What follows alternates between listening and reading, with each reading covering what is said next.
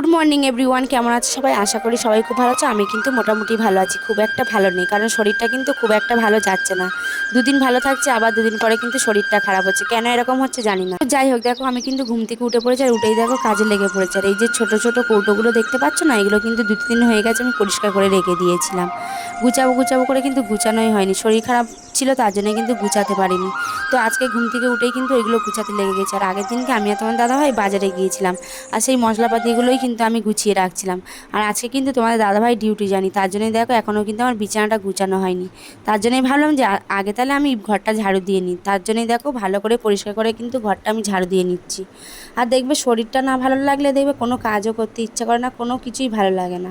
তারপরে দেখো আমার কাজ বাজ সারা হয়ে গেছে। আর বাড়ির সামনে দেখলাম একটা কাকু মাছ নিয়ে এসেছে, তো ওখান থেকেই কিন্তু আমি 2টো মাছ নিয়ে নিয়েছি, কারণ অনেকটা বেলা হয়ে গেছে, এখন কিন্তু বাজারে যাওয়ার সময় নেই। আর কি মাছ নিয়েছি তোমরা তো দেখতেই পেলে। আর মাছটা নিয়ে কিন্তু দেখো এখন আমি কাটতে বসে গেছি। আর মাছ কাটতে কাটতে দেখলাম তোমাদের দাদাভাই কিন্তু ঘুম থেকে উঠে পড়েছে। তোমরা নিশ্চয়ই ভাবছো তোমাদের দাদাভাই কেন এত আদর করছে, কারণ আগের দিন রাতে কিন্তু খুব ঝগড়া হয়েছিল, তার জন্য দেখো তোমার দাদাভাই কিন্তু ঘুম থেকে উঠেই আগে আমাকে আদর করছিল। আর যখন দেখবে ঝগড়ার পরে বড়রা বউদের একটু আদর করে, তখন কিন্তু বউরা একটু বেশি ঢং দেখায়। তো যাই হোক, তারপরে দেখো মাছ কেটে নিয়েছি, মাছটা ধুয়ে নিয়েছি, নিয়ে কিন্তু ব্রাশ করে খাওয়াও হয়ে গেছে। আর এবার দেখো রান্নার জোগাড় করছি। প্রথমে দেখো আমি কিন্তু ইলিশ মাছটাকে নুন হলুদ মাখিয়ে নিয়েছি, আর বেগুনটাকেও কিন্তু নুন হলুদ মাখিয়ে নিয়েছি, কারণ আজকে করব ইলিশ মাছ দিয়ে বেগুনের তরকারি, আর করব কামরাঙার চাটনি। তো দেখো এখানে কিন্তু আমি কড়াইতে এবার তেল দিয়ে দিয়েছি, দিয়ে কিন্তু বেগুনটাকে হালকা করে ভেজে নেব, খুব একটা ভাজবো না। তো বেগুনটা ভাজতে বসিয়ে দিয়েছি, দিয়ে কিন্তু এবার আমি এদিকে সর্ষে বেটে নেব। তো একটা জিনিস কিন্তু তোমরা দেখবে, যতই তুমি মিক্সচারে মশলা করো না কেন, শিলের মতো স্বাদ কিন্তু কোথাও পাবে না। শিলের মশলায় কিন্তু তরকারি একটা আলাদা স্বাদ এনে দেয়। তো যাই হোক, আমি কিন্তু দেখো এখানে সর্ষের মধ্যে নুন আর কাঁচা লঙ্কা দিয়েছি, দিয়ে কিন্তু ভালো করে মিহি করে বেটে নেবো। আর এখানে দেখো আমার কিন্তু বেগুন ভাজা হয়ে গেছে, আর সর্ষেটাও কিন্তু বাটা হয়ে গেছে। তারপর দেখো এখানে কিন্তু মশলাটা কষিয়ে নিচ্ছি। মশলা দিয়েছি কালো জিরা, আর সর্ষেটা দিয়ে কিন্তু ভালো করে কষিয়ে নিচ্ছি। এর মধ্যে এবার নুন হলুদ আর অল্প একটু কিন্তু গুঁড়ো লঙ্কা দিয়েছি, দিয়ে ভালো করে কষিয়ে নিয়ে কিন্তু এবার কিন্তু জল দিয়ে দিলাম। দিয়ে কিন্তু এবার জলটা ফুটে গেলে তারপরে কিন্তু আমি ইলিশ মাছগুলো দিয়ে দেবো। আর আমি কিন্তু ইলিশ মাছগুলো ভাজিনি, আমি কিন্তু কাঁচাই দিয়েছি। তোমরা চাইলে কিন্তু একটু ভেজেও নিতে পারো।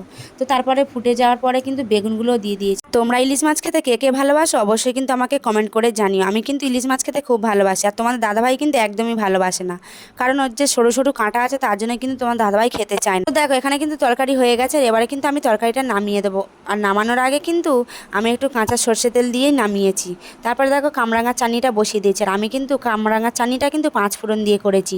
তোমরা কে কী দিয়ে করো অবশ্যই কিন্তু আমাকে কমেন্ট করে জানিও। তো রান্নাবান্না সেটা স্নান করে নিয়েছি, নিয়ে কিন্তু দেখো খেতে বসে গেছে। আর আমার কিন্তু প্রচণ্ড খিদে পেয়ে গেছিলো। আর এই তরকারিটা কিন্তু আজকের না, এই তরকারিটা কিন্তু কালকের তরকারি ফ্রিজে ছিল হচ্ছে মাছের তেল আলু পেঁয়াজ দিয়ে একটা তরকারি ছিল, তো ওটাই কিন্তু গরম করে নিয়েছি। আর আজকের হয়েছিল কিন্তু বেগুন আলু ইলিশ মাছ দিয়ে তরকারি আর কামরাঙার চাটনি। তো তারপরে দেখো তোমার দাদাভাইকে দিয়েছি, দিয়ে জিজ্ঞেস করলাম যে কেমন খেতে হয়েছে। তোমার দাদাভাই বললো যে ভালো হয়েছে, কিন্তু নুনটা একটু কম হয়েছে। তো যাই হোক, এত পরিশ্রম করার পরে যখন শুনলাম যে ভালো হয়েছে, তখন কিন্তু মনে একটা আলাদা শান্তি হলো। দুপুরে খাওয়া দাওয়া করার পরে লম্বা একটা ঘুম দিয়েছি, আর সন্ধ্যাবেলা দেখলাম তোমার দাদাভাই চপ আর বেগুনি নিয়ে এসে, তো ভাবলাম যে একটু চাও করি। তো দেখো চা মুড়ি চপ বেগুনি নিয়ে কিন্তু খেতে বসে গেছে। আর আজকে সারাটা দিন কিন্তু আমাদের এইভাবেই কাটলো। আর আজকের ভিডিওটা তোমাদের কেমন লাগলো অবশ্যই কমেন্ট করে জানিও। যারা আমার চ্যানেলটি সাবস্ক্রাইব করেনি প্লিজ সাবস্ক্রাইব করে দিয়ে, দেখা হচ্ছে পরে কোনো ভিডিওতে। টাটা। কিছু কিছু সুখে এত খুশি থাকে মিশে,